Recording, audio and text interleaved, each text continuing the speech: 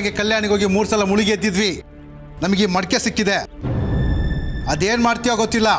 ನಮಗೆ ಚಿನ್ನ ಬೇಕಷ್ಟೇ. ತಗೋ.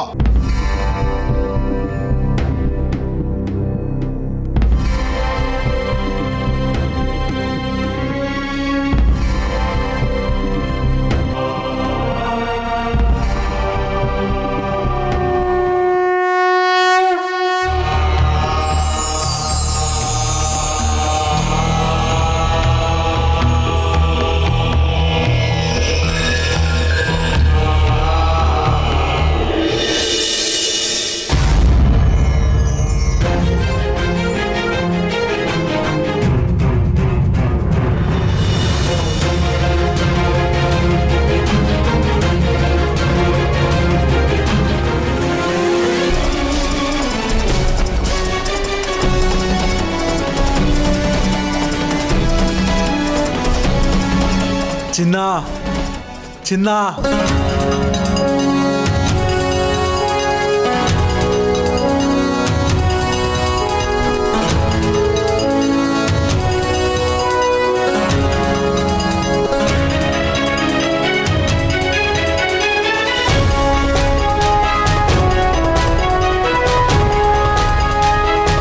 ನೋಡಿ, ನಿಮ್ಗೆ ಬೇಕಾಗಿದ್ದು ನಿಮ್ಗೆ ಸಿಕ್ತಲ್ವಾ? ಹಾ, ಸಿಕ್ತು ಸಿಕ್ತು ಸಿಕ್ತು. ಎಂತ ಪವಾಡದ ಮಗುನ ನೀನು ನಮಗೆ ಗೊತ್ತಿಲ್ಲ. ನಾವು ಅಂದ್ಕೊಂಡು ಸಿಕ್ತು ನಮಗೆ. ಹೇ, ಸಿಕ್ತು. ನಿಮ್ಮ ಆಸೆ ಪೂರೈಸ್ತಲ್ವಾ? ನಾನಿನ್ನು ಹೋಗ್ಬೋದಾ? ಏಯ್, ಎಲ್ಲಿಗೆ ಹೋಗ್ತೀಯಾ? ಒಂದ್ಸಲ ಕೈ ಮುಗ್ದಿದ್ದಕ್ಕೆ ಮಡಿಕೆ ತುಂಬ ಚಿನ್ನನೇ ಕೊಟ್ಟಿದೀಯಾ. ದಿನಾ ಕೈ ಮುಗಿದ್ರೆ ಚಿನ್ನದ ಬೆಟ್ಟನೇ ಕೊಟ್ಬಿಡ್ತೀಯಾ. ಹಂಗಾಗಿ ನಿನ್ನ ಎಲ್ಲೋ ಹೋಗಂಗಿಲ್ಲ, ಇಲ್ಲೇ ಇರಬೇಕು. ಅಂದ್ರೆ ನೀವು ಮಾರ್ತಿನ ಅರ್ಥ ನೀವು ನನ್ನನ್ನು ಬಿಡೋದಿಲ್ವಾ? ಹೇ, ಹೆಂಗಮ್ಮ ಬಿಡಕ್ಕಾಗುತ್ತೆ? ಚಿನ್ನದ ಮೊಟ್ಟೆ ಇಡೋ ಕೋಳಿ ನೀನು. ಅಷ್ಟು ಸುಲಭವಾಗಿ ನಿನ್ನನ್ನು ಬಿಟ್ಬಿಡ್ತೀವಾ? ನೀವು ಮಾಡ್ತಿರೋದು ತಪ್ಪಲ್ವಾ? ನೀವು ಮೊದಲು ಹತ್ರ ಏನು ಪ್ರಮಾಣ ಮಾಡಿದ್ರಿ ಹೇಳಿ? ನಿಮಗೆ ಚಿನ್ನ ಸಿಕ್ಕುಡ್ಲೆ ನನ್ನನ್ನು ಬಿಟ್ಬಿಡ್ತೀನಿ ಅಂತ ಹೇಳಿದ್ರಿ ಅಲ್ವಾ? ಈಗ ಮಾತು ಬದಲಾಯಿಸ್ತಾ ಇದ್ದೀರಾ. ಇದರಿಂದ ನಿಮಗೆ ಒಳ್ಳೇದಾಗಲ್ಲ. ನಾವಾಗಲೇ ಹೇಳಿದ ಮಾತು ನಿಜ. ಆದರೆ ನಾವ್ಯಾರು ಹೇಳು? ಕಳ್ಳರು, ಸುಳ್ಳರು. ಕಳ್ಳರು ಯಾವತ್ತಾದ್ರು ನಿಜ ಹೇಳ್ತಾರಾ? ನೀನು ಎಲ್ಲೂ ಹೋಗಾಗಿಲ್ಲ, ನಮ್ಮ ಜೊತೆನೇ ಇರಬೇಕು. ನಿಮ್ಗೆ ಇಷ್ಟೊಂದು ಚಿನ್ನ ಸಿಕ್ಕಿದ್ರು ನಿಮಗೆ ಸಮಾಧಾನ ಇಲ್ವಾ? ಮೊದಲು ಇಟ್ ಸಾಕು ಅಂತ ಇರ್ತಿದ್ವಿ. ಬಂಗಾರ ಅಲ್ವಾ, ಇನ್ನೂ ಬೇಕನ್ನೋ ಆಸೆ ಇರುತ್ತಲ್ವಾ? ಈಗ ಸಿಕ್ಕಿದ್ದು ನಮಗಾಯ್ತು. ಇನ್ನೂ ಜಾಸ್ತಿ ಸಿಕ್ಕಿರೆ ನಮ್ಮ ವಂಶಕ್ಕೆಲ್ಲ ಹಂಚ್ಕೊಂಡಿರ್ಬೋದಲ್ವಾ? ದುರಾಸೆ ಮನುಷ್ಯಗಳು ನೀವು. ನೀವು ವಂಶದ ಬಿಡಿ, ಮೊದಲು ನೀವು ತೆಗೆಸ್ಕೊಳ್ಳಿ ಅದನ್ನ. ಯಾಕೆ ದಕ್ಕಿಸ್ಕೊಳಕ್ಕಾಗಲ್ಲ? ನೋಡಿ ಈಗ ನಾನು ಹೆಂಗೆ ದಕ್ಕಿಸ್ಕೊಳ್ತೀನಿ.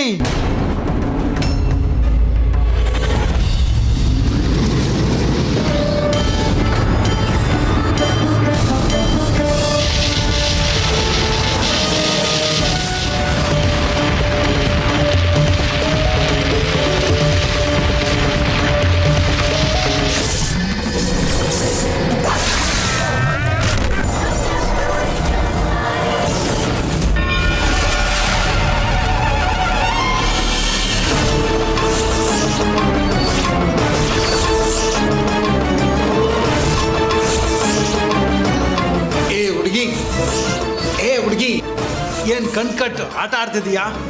ಬೇಡ ಬೇಡ.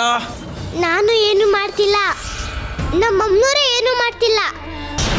ನಿಮಗೆಲ್ಲ ಈಗ ಆಗ್ತಾ ಇರೋದು ನೀವು ಮಾಡಿದ ಪಾಪಕ್ಕೆ. ನೀವು ಮಾಡಿದ ಕರ್ಮಗಳನ್ನ ನೀವೇ ಅನುಭವಿಸ್ಬೇಕು. ಏ ಹುಡುಗಿ, ಹುಡುಗಾಟ ಆಡಬೇಡ. ನೀ ಗೊತ್ತು ನಿಂದೆ ಮಾಯೆ ಅಂತ. ನೀವು ಚಿನ್ನ ಕೇಳಿದ್ರಿ, ಅಮ್ಮನವ್ರು ಕೊಟ್ರು. ದುರಾಸೆ ಮಾಡಿದ್ರೆ ಈಗ ನೀವೇ ಅನುಭವಿಸ್ತಾ ಇದ್ದೀರಿ. ಏ ಹುಡುಗಿ, ನಮ್ಮನ್ನು ಕಾಪಾಡು. ಇದರಿಂದ ನಮ್ಮೆಲ್ಲರನ್ನು ಕಾಪಾಡು, ಕಾಪಾಡು, ಕಾಪಾಡು. ಅಮ್ಮ, ಬಿಡಮ್ಮ, ತಪ್ಪಾಯ್ತು. ದುರಾಸೆ ಪಟ್ಟಿದ್ದು ತಪ್ಪಾಯ್ತು. ನಮ್ಮನ್ನು ಕಾಪಾಡು ತಾಯಿ. ತಾಯಿ, ನನ್ ಬಿಟ್ಬಿಡಿ.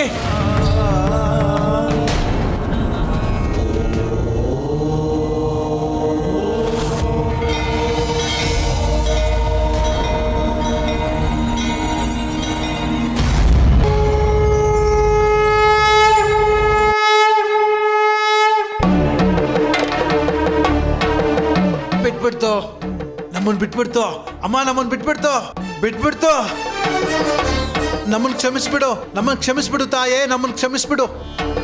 ಎದ್ದೇಳಿ ಎದ್ದೇಳಿ ಎದ್ದೇಳಿ ಎದ್ದೇಳಿ.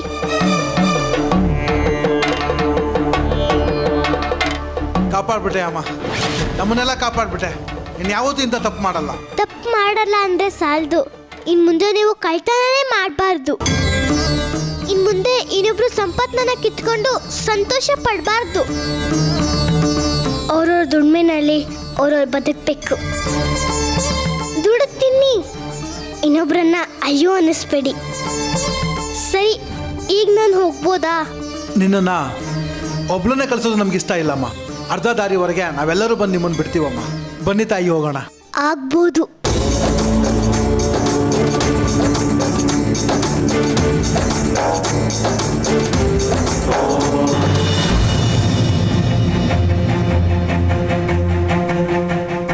ಅಲ್ಲಿ ನೋಡಿ ಬಾಲಾಂಬಿಕೆ.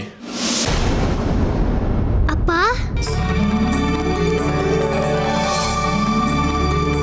ಹಿರಣ್ಮಯಿ, ನಿಮ್ಗೇನಾಗಿಲ್ಲ ತಾನೆ? ಇಲ್ಲಪ್ಪ, ನನಗೇನೂ ಆಗಿಲ್ಲ. ಆ ಮಹಾತಾಯಿ ನನ್ನ ಕಾಪಾಡಿದ್ಲು. ಹೇ ಖದೀಮ್ರಾ, ನಿಮಗೆ ಸರಿಯಾದ ಶಾಸ್ತಿ ಮಾಡ್ತೀನಿ, ನೋಡ್ತಾ ಇರಿ. ಬೇಡ ತಾತ, ಯಾಕಮ್ಮ? ಅವ್ರಿಗೇನು ಮಾಡಬೇಡಿ. ಅವ್ರ ತಪ್ಪು ಅವ್ರಿಗೆ ಅರಿವಾಗಿದೆ. ಹೌದು ಶಾಸ್ತ್ರಿಗಳೇ, ಅವ್ರು ಮಾಡಿರೋ ತಪ್ಪಿಗೆ ದೇವರವ್ರಿಗೆ ಸರಿಯಾದ ಶಿಕ್ಷಣೆ ಕೊಟ್ಟಿರ್ತಾನೆ. ನೋಡಿ, ನಾವು ಮಾಡಬೇಕಾಗಿರೋ ಕೆಲಸ ಇನ್ನೂ ಬಹಳ ಇದೆ. ಭಕ್ತರುಗಳು ಅಲ್ಲಿ ಕಾಯ್ತಿರ್ತಾರೆ. ಬನ್ನಿ ಹೋಗೋಣ. ಬದುಕಿದ್ರಿ, ಬನ್ನಿ ಮಮ್ಮ.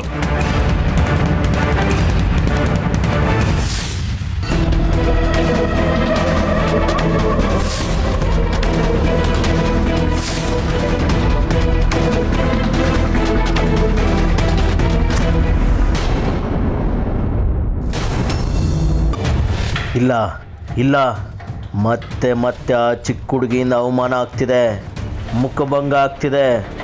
ಆ ಹಿರಣ್ಮಯಿನ ಸುಟ್ಟು ಬೂದಿ ಮಾಡಬೇಕು ಅಂತ ಉಪಾಯ ಮಾಡಿದ್ರೆ ಅದು ನನ್ನ ಮಗಳ ಪ್ರಾಣಕ್ಕೆ ಅಪಾಯ ತಂದಿತ್ತು. ಮತ್ತೆ ನಾನು ಜ್ವಾಲಾಮುಖಿಯನ್ನು ಬರಮಾಡಿಕೊಂಡು ಅವಳ ತಾಯಿಯ ದೇಹದಲ್ಲಿ ಆಹ್ವಾನ ಮಾಡಿ ಹಿಂಸೆ ಕೊಡೋದಕ್ಕೆ ಶುರು ಮಾಡಿಸಿದ್ರೆ ಆ ಶಕ್ತಿಯನ್ನೇ ಸರ್ವನಾಶ ಮಾಡಿಬಿಟ್ರು. ನನ್ನ ಮಗಳು ಒಂದು ಚಿಕ್ಕ ಆಸೆಯನ್ನು ಪೂರೈಸೋದಕ್ಕಾಗಲಿಲ್ವಲ್ಲ ನನ್ನಿಂದ. ನಾನು ಎಂತೆಂಥ ವಿದ್ಯೆಗಳನ್ನು ಕರಗತ ಮಾಡಿಕೊಂಡೆ, ಆದರೆ ಯಾವುದು ಉಪಯೋಗವಾಗಲಿಲ್ವಲ್ಲ. ಇಲ್ಲ ಇಲ್ಲ, ಇಂಥ ಅವಮಾನನ ನಾನು ಸಹಿಸ್ಕೊಳ್ಳೋದಕ್ಕಿಂತ ಸಾಯೋದೇ ಮೇಲು.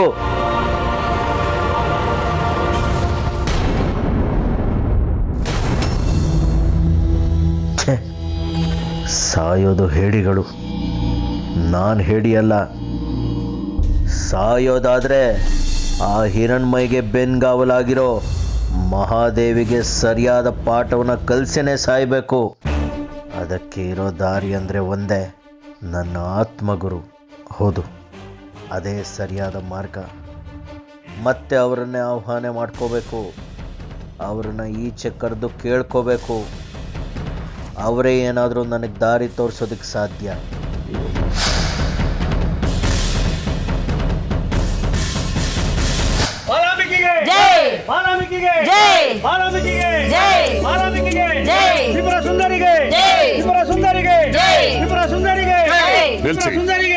ನಿಲ್ಸಿ ನಿಲ್ಸಿ.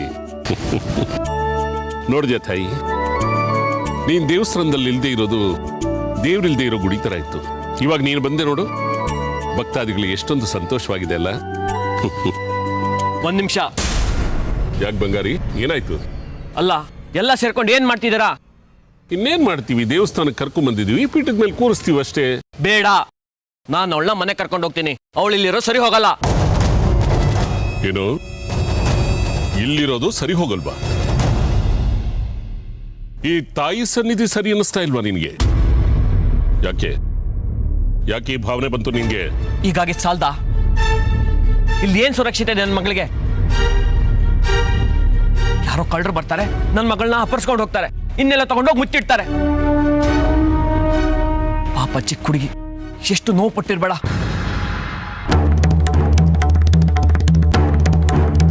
ಅಲ್ಲ, ಅವಳಿಗೆ ಏನಾದ್ರು ಹೆಚ್ಚು ಕಮ್ಮಿ ಆಗಿದ್ರೆ ಯಾರನ್ನ ಕೇಳಬೇಕಿತ್ತು ನಾವು?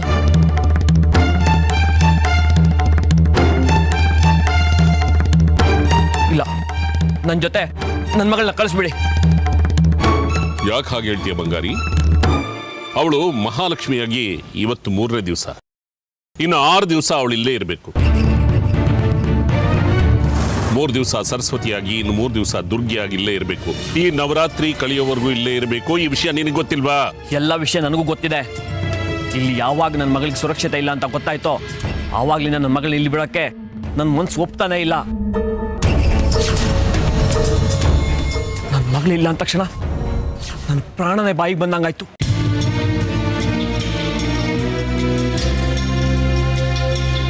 ಬೇಡ, ನನ್ನ ಮಗಳು ನನ್ನ ಜೊತೆ ಕಳ್ಸ್ಕೊಟ್ಬಿಡಿ. ಅವಳನ್ನ ಇಲ್ಲಿ ಬಿಡಲ್ಲ ನಾನು. ಹಾಗಂತ ಸಂಪ್ರದಾಯ ಮುರಿದಾಗಲ್ವಾ? ಅಮ್ಮನವ್ರ ಪೂಜೆ ಪುರಸ್ಕಾರದಲ್ಲಿ ವ್ಯತ್ಯಾಸ ಮಾಡಿದಾಗಲ್ವಾ? ಹಾಗೆ 3 ದಿವಸಕ್ಕೆ ನೀನು ಕರ್ಸ್ಕೊಳ್ತೀನಿ ವಾಪಸ್ಸು ಅನ್ನೋದಾದ್ರೆ ಅದು ಆಚಾರ ವಿಚಾರಕ್ಕೆ ಕಳಂಕ ತಂದಾಗಲ್ವಾ? ಅಪಚಾರ ಮಾಡಿದಾಗಲ್ವಾ? ಯೋಚನೆ ಮಾಡು ಬಂಗಾರಿ, ಹಾಗೆ ಹೇಳುವ ಹಕ್ಕು ಯಾರಿಗೂ ಇಲ್ಲ. ದೇವಸ್ಥಾನದಲ್ಲಿ ದೇವರ ಸನ್ನಿಧಿಯಲ್ಲಿ ನಿಂತು ಆಗೋದಿಲ್ಲ ಅನ್ನೋ ಮಾತು ಬರಬಾರ್ದು ನಿಂಗೆ. ಚೆನ್ನಾಗಿ ಯೋಚನೆ ಮಾಡು. ಆದ್ರೆ ನನ್ನ ಮಗಳನ್ನ ನಾನು ಖಂಡಿತ ಬಿಟ್ಟಿರಕ್ ಸಾಧ್ಯನೇ ಇಲ್ಲ. ಅಮ್ಮ ರಶ್ಮಿ, ನೀನಾದ್ರೂ ನಿನ್ನ ಗಂಡನಿಗೆ ಹೇಳಮ್ಮ. ಅವನು ಮಾತಾಡ್ತಿರೋದು ಸರಿ ಇಲ್ಲ. ಹಾಗೆ ಅರ್ಧದಲ್ಲೇ ಕರ್ಕೊಂಡು ಹೋದ್ರೆ ಎಲ್ಲವೂ ಅಪೂರ್ಣವಾಗುತ್ತೆ ತಾಯಿ. ನೀ ನೀತಿ ನಿಯಮ ವ್ರತಗಳನ್ನು ಗೊತ್ತಿರೋ ಹೆಣ್ಮಗಳು ಮಧ್ಯದಲ್ಲೇ ಕರ್ಕೊಂಡು ಹೋದ್ರೆ ಎಲ್ಲ ಆಭಾಸ ಆಗೋದಿಲ್ವೇನಮ್ಮ? ಹಿರಣ್ಮಯಿ ನಮ್ಮ ಪಾಲಿನ ದೇವರು. ಆ ದೇವರಿಲ್ಲದೆ ನಾವಿರೋಕ್ಕಾಗುತ್ತೇನಮ್ಮ? ನೋಡು, ಅವಳ ಬಗ್ಗೆ ಯಾವುದೇ ಅನುಮಾನ ಚಿಂತೆಗಳನ್ನ ಇಟ್ಕೋಬೇಡ. ಅವಳು ಸುರಕ್ಷತೆ ಜವಾಬ್ದಾರಿ ನಮ್ಮದಮ್ಮ.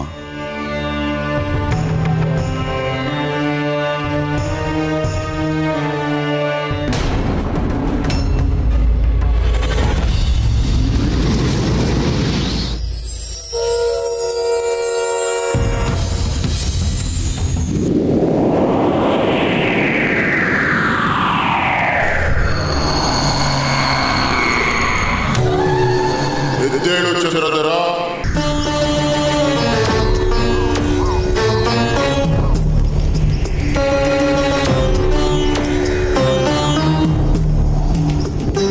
ಏನು ಸಂಕಟ ಎದುರಾಯಿತು ನಿನಗೆ? ಈ ಹೊತ್ತಲ್ಲಿ ನನ್ನನ್ನು ಹುಡ್ಕೊಂಡು ಬಂದಿದೆಯಲ್ಲ, ಮತ್ತೆ ಏನ್ ಕರ್ಮ ನಿಂದು? ನಿಮಗೆ ಗೊತ್ತಿಲ್ಲದಿರೋದು ಏನಿದೆ ಗುರುದೇವ? ನೀನೇ ಸ್ವತಃ ಬುದ್ಧಿವಂತ, ಶಕ್ತಿವಂತ. ಏನೇ ಸಮಸ್ಯೆ ಇದ್ರೂ ನಿನ್ನ ಸ್ವಂತ ಬುದ್ಧಿಯಿಂದಲೇ ಶಕ್ತಿಯಿಂದಲೇ ಎದುರಿಸಬೇಕು.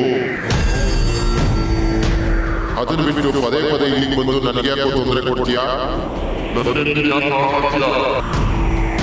ನನ್ನಿಂದ ಏನು ಸಾಧ್ಯವಾಗ್ತಿಲ್ಲ ಗುರುದೇವ. ಇದಕ್ಕೆ ನೀವೇ ಏನಾದರೂ ದಾರಿ ತೋರಿಸ್ಬೇಕು. ಏನಾಯ್ತು? ನಿನ್ನ ಸಹಾಯಕ್ಕೆ ಅಂತಾನೆ ಜ್ವಾಲಾಮುಖಿನ ಕಳಿಸ್ಕೊಟ್ಟಿದ್ನಲ್ಲ. ಜ್ವಾಲಾಮುಖಿ ನಾಶವಾಗೋದ್ಲು ಗುರುದೇವ. ಏನೋ ಜ್ವಾಲಾಮುಖಿ ನಾಶವಾಗೋದ?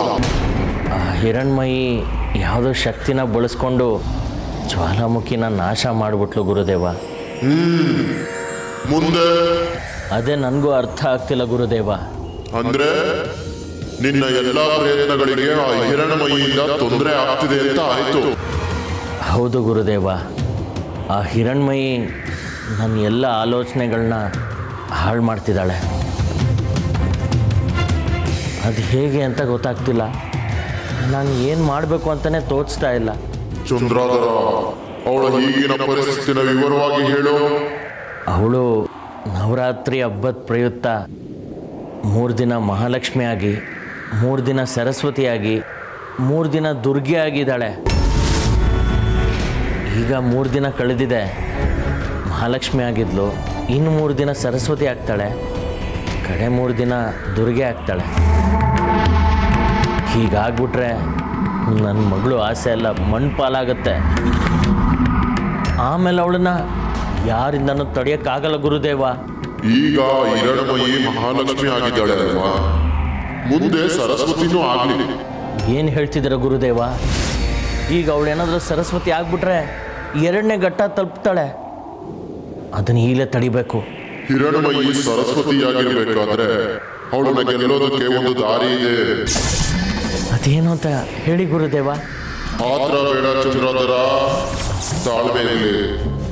ನೀನು ನಿನ್ನ ಮಗಳಿಗೆ ನೀಲ ಸರಸ್ವತಿಯನ್ನ ವಶೀಕರಣ ಮಾಡು. ಅವಳನ್ನ ಇಟ್ಕೊಂಡು ನಿನ್ನ ಮಗಳಿಗೆ ದೀಕ್ಷೆ ಕೊಡು. ಹಾಗೆ ಮಾಡಿದ್ರೆ ಏನಾಗತ್ತೆ ಗುರುದೇವ? ನಿನ್ನ ಮಗಳು ಸೌಗಂಧಿಯೊಳಗೆ ಆ ಸರಸ್ವತಿಯ ಶಕ್ತಿಯನ್ನ ಏರಿಸಿಬಿಟ್ರೆ ಅವಳು ಎಲ್ಲ ಇತಿಹಾಸ ಪುರಾಣಗಳ ಬಗ್ಗೆ ಶಕ್ತಿ ಪಡ್ಕೊಳ್ತಾಳೆ. ಹೌದಾ ಗುರುದೇವ? ಹೌದು, ನಿನ್ನ ಮಗಳು ಎಲ್ಲವನ್ನು ತಿಳ್ಕೊಂಡವಳಾಗ್ಬಿಡ್ತಾಳೆ. ಅಷ್ಟೇ ಅಲ್ಲ ಚಂದ್ರಧರ, ಯಾರಿಂದಲೂ ನಿನ್ನ ಮಗಳನ್ನ ಗೆಲ್ಲೋದಕ್ಕಾಗಲ್ಲ. ಆಗ ಹಿರಣ್ಮಯ್ಯನ್ನ ಕರೆಸಿ ಒಂದು ಸ್ಪರ್ಧೆಯನ್ನ ಏರ್ಪಾಡು ಮಾಡು. ನಿನ್ನ ಮಗಳು ಭಾಗವಹಿಸಿ. ಬರ್ದೇನಾ? ಹೌದು, ಆ ಸ್ಪರ್ಧೆಯಲ್ಲಿ ಹಿರಣ್ಮಯಿ ಸೋತ್ರೆ ಅವಳು ತನ್ನ ಪದವಿ ಬಿಟ್ಟು ಹೋಗಬೇಕು. ಹಾಗೆ ಸವಾಲಿನ ಸ್ಪರ್ಧೆನ ಏರ್ಪಾಡು ಮಾಡು. ಆಗ ನಿನ್ನ ಆಸೆನೂ ಪೂರೈಸುತ್ತೆ, ನಿನ್ನ ಮಗಳ ಇಚ್ಛೆನೂ ನೆರವೇರುತ್ತೆ. ಧನ್ಯವಾದಗಳು ಗುರುದೇವ. ನನ್ನ ಪ್ರಯತ್ನಗಳೆಲ್ಲ ವಿಫಲಗೊಂಡಾಗ ನನ್ನ ಶಕ್ತಿ, ನನ್ನ ವಿದ್ಯೆಗಳ ಮೇಲೆ ನನಗೆ ನಂಬಿಕೆ ಹುಟ್ಟೋಗಿತ್ತು. ಆದರೆ ನೀವು ಮಾರ್ಗದರ್ಶನ ಮಾಡೇ ಮಾಡ್ತೀರಾ ಅನ್ನೋ ನಂಬಿಕೆ ಮೇಲೆ ನಾನು ಇಲ್ಲಿಗೆ ಬಂದಿದ್ದೆ. ಇದಕ್ಕೆ ಬೇಕಾಗಿರೋ ಎಲ್ಲ ವ್ಯವಸ್ಥೆನೂ ಏರ್ಪಾಡು ಮಾಡ್ತೀನಿ.